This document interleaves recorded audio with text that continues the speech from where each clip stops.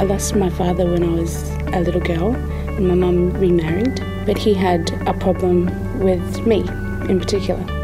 I grew up in church, but as I got to a teenager, I rebelled against my family, school, people, myself. I started binge drinking, clubbing, and everyone who was close to me, I let down.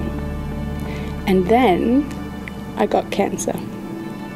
And I knew that I needed God. I knew that He was the only way, the only truth, and the only life.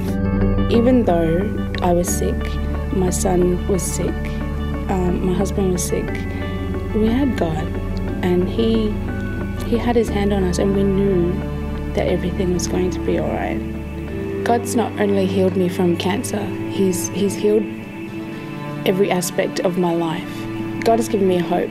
He's got a plan and a purpose for my future, which I never knew about before. He's taught me that regardless of my circumstances or where I've been, my future is in Him. I'm learning more about God's statutes and about His love so that I will be able to help other people in their journeys. I can make a difference in other people's lives the way that He has made a difference in my life.